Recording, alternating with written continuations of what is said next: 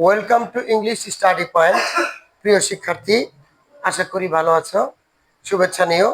শুভেচ্ছা জানিয়ে English study পয়েন্টের ক্লাস শুরু করছি। আমরা অত্যন্ত গর্বিত এবং আনন্দিত যে আমাদের এই ক্লাসগুলো তোমাদের কাছে বেশ গ্রহণযোগ্যতা পেয়েছে। আমরা খুব ভালো সাড়া পাচ্ছি তোমাদের কাছ থেকে। মনে হয় আমরা সফল হব এবং আমাদের পরিশ্রম সার্থক হবে। আসলে কাউকে কোনো কিছু শেখাতে পারাটাই একটা সার্থকতা। তো যাই হোক, আজকে তোমাদেরকে নিয়ে আমাদের যে সংগ্রাম, তোমাদেরকে ভাষা শেখাবার জন্য যে আমাদের প্রয়াস, আশা করি আমরা সেটা পারবো এবং আমাদের ভবিষ্যৎ খুব সুন্দর হবে। আমরা এই পর্যন্ত তোমাদেরকে যে ভাষার স্ট্রাকচারগুলো, মানে যে সেন্টেন্সের স্ট্রাকচারগুলো তোমাদেরকে শেখাবার চেষ্টা করেছিলাম, আসলে মনে হয় তোমরা ততটাই আগ্রহ ভরে শিক্ষা লাভ করার চেষ্টা করেছো। আজকে আমরা মৌলিক দিক থেকে যে 5টা সেন্টেন্স আমরা যে অ্যাসার্টিভ থেকে ইন্টারোগেটিভ, ইম্পারেটিভ, অপারেটিভ, এক্সক্লেমেটরি করেছি এবং নেগেটিভ করেছি, সামগ্রিকভাবে সবগুলো সেন্টেন্সের উপরে আজকে আমরা ক্লাস দেওয়ার চেষ্টা করব। আসলে যেই ধরনের বাক্যে পরিণত করা সম্ভব, তোমার প্রশ্নপত্রে কিন্তু ওই ধরনের বাক্যই থাকবে।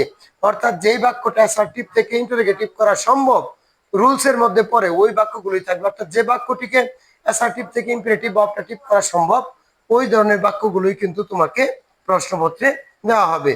প্রিয় শিক্ষার্থী, চেঞ্জিং সেন্টেন্সের যে অপশনটা তোমাদের প্রশ্নপত্রে থাকবে, সেটা তোমরা খুব ভালো করে খেয়াল করার চেষ্টা করবে। ইতিমধ্যে আমরা শুধু তোমাদেরকে কনভারসেশন অফ সেন্টেন্সের অ্যাসার্টিভ, ইন্টারোগেটিভ, ইম্পারেটিভ, অপারেটিভ সেন্টেন্সগুলো তোমাদেরকে শিক্ষা দেওয়ার চেষ্টা করেছি। এরপরেই কিন্তু আমরা ট্রান্সফরমেশনে ঢুকবো ইনশাল্লাহ। আমাদের সাথে তোমরা থাকো আর ক্লাসগুলো খুব ভালো করে বুঝে নেওয়ার চেষ্টা করো, তাহলে আমাদের পরিশ্রম সার্থক হবে। প্রিয় শিক্ষার্থী, আসো আমরা পড়ে দেখে নেই যে আসলে কিভাবে আমাদের বাক্যগুলো এক বাক্য থেকে অন্য বাক্যে স্থানান্তরিত হচ্ছে, অর্থাৎ ট্রান্সফর্ম হচ্ছে, অর্থাৎ পরিবর্তন হচ্ছে। আমরা দেখি যে চেঞ্জিং সেন্টেন্সের ক্ষেত্রে অ্যাসার্টিভ, এই দে আর ফার্মার্স, এটি কিন্তু একটা অ্যাসার্টিভ সেন্টেন্স। এটি একটা অ্যাসার্টিভ সেন্টেন্স। এই অ্যাসার্টিভ সেন্টেন্সটাকে আমরা ধরে নেব যে অ্যাসার্টিভ সেন্টেন্স কিন্তু দুই প্রকার আমরা বলেছিলাম, অ্যাফার্মেটিভ এবং নেগেটিভ। তাহলে আসো প্রিয় শিক্ষার্থী, আমরা যদি মনে করি দে আর ফার্মার্স, এটি একটি অ্যাসার্টিভ সেন্টেন্স এবং অ্যাফার্মেটিভ সেন্টেন্স। এটাকে নেগেটিভ আমরা এইভাবে করেছি, they are not farmers, they are not farmers. Okay, এটা আমরা নিয়মে বলেছিলাম যে যদি সাহায্যকারী ভার্ব থাকে, সাহায্যকারী ভার্বের পরে নো বা নট বসাতে হয়। তো তাহলে বোঝা যাচ্ছে যে they are farmers, they are not farmers. আচ্ছা, উই আর রেডি, আমরা প্রস্তুত। আর উই রেডি, এই অ্যাসার্টিভ সেন্টেন্স, এটা অ্যাফার্মেটিভ, এটা হয়ে গেল নেগেটিভ। এটা অ্যাসার্টিভ সেন্টেন্স, এটা হলো ইন্টারোগেটিভ।